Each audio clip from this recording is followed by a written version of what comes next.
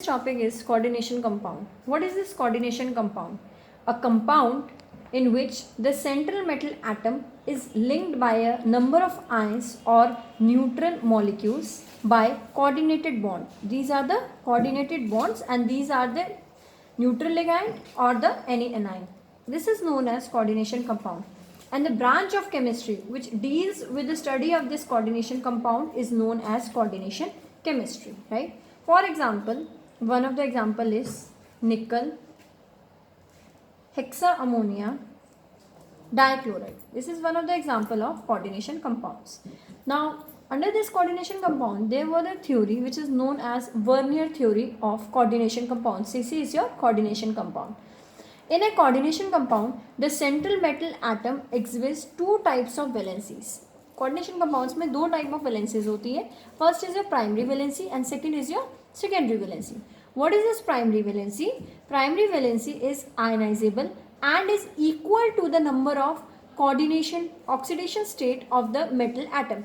अब इस metal atom के ऊपर कितना oxidation state होगा? That is your primary valency. For example, it's a neutral ion. NH3 is a neutral, तो इसके ऊपर चार्ज कितना होगा? 0. ठीक है. और अगर हम इसे डिसॉल्व करेंगे तो ये डिसोशिएट होएगा निकल में और ये plus chloride ion, 2 molecule of chloride ion, तो इसके ऊपर चार्ज क्या आ गया? 2 नेगेटिव. तो निकल के ऊपर कितना चार्ज आ गया? 2 पॉजिटिव, राइट. तो प्राइमरी वैलेंसी क्या होती है? Primary valency is ionisable and is equal to the oxidation state of the metal. Oxidation state कितना है इस मेटल का? फॉर एग्जांपल 2 पॉजिटिव है तो वो उसकी प्राइमरी वैलेंसी हो गई. ठीक है.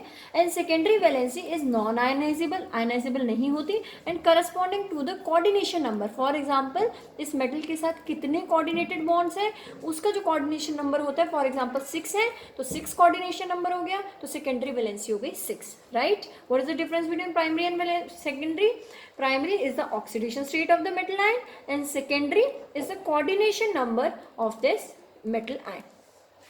Next come, every central metal atom or ion has a fixed number of secondary valency. तो secondary valency अभी मैंने आपको बताई कि secondary valency क्या होती है, ये जो इसका coordination number होता है, तो ये हमेशा fix होता है हर किसी metal का and is equal to the coordination number. For example इसमें क्या है? इसमें 6 है, right. Next, the metal atom tend to satisfy both primary as well as secondary. दोनों को satisfy करता है जो metal atom होता है. The secondary valency are represented by the thick lines. अभी मैं एक structure draw करके बताऊंगी, उसमें मैं बताऊंगी कि primary क्या होता है, secondary क्या होता है. For example कोबाल्ट ले लिया हमने, कोबाल्ट के साथ NH3 bond हमारे पास लगे हुए हैं. These are the NH3 bonds. एक होती है बेटा डॉटेड लाइन, एक होती है स्ट्रेट लाइन. तो अभी मैं बिल्कुल स्ट्रेट लाइन की बात कर रही हूँ और फिर अभी उसके बाद में करूँगी डॉटेड लाइन, दोनों के बीच का डिफरेंस. तो NH3 हमने 1 2 3 4 5 6 मीन्स कोऑर्डिनेशन नंबर 6. हमने क्या लिया था? कोबाल्ट लिया था, अमोनिया हमने 6 डाल दिए. अब इसमें जो ये मैं डॉटेड लाइन बना रही हूँ, first chloride ion, second chloride ion and third chloride ion. What is this dotted line? Dotted line is your primary valency and this your straight line is your secondary valency, right.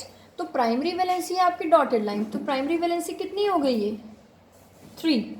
और जितनी भी ये straight है वो है आपकी secondary, तो secondary कितनी होगी? 1 2 3 4 5 and 6, right.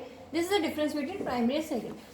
तो secondary valency is represented by the thick lines, जो कि मैंने आपको बताई है thick line, while the primary valency is donated by the dotted line, जो कि मैंने इस एग्जांपल में समझाई है आपको, right.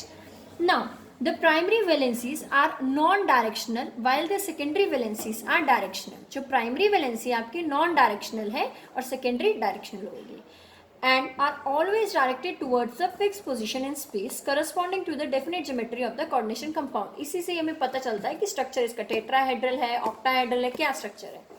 Isomerism in complex compound is due to the presence of secondary valencies. जितने भी आइसोमेरिज्म स्ट्रक्चर्स आते हैं, सिस है, ट्रांस है, वो सब हमें सेकेंडरी वैलेंसी की वजह से पता चलता है. The net charge on the complex ion is the resultant of charge out of the central metal ion and the ligand.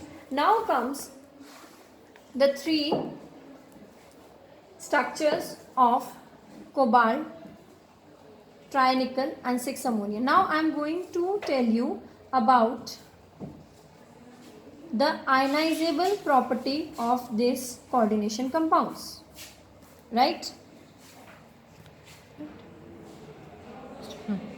Now I have taken this first compound, right? Now according to conductivity experiments,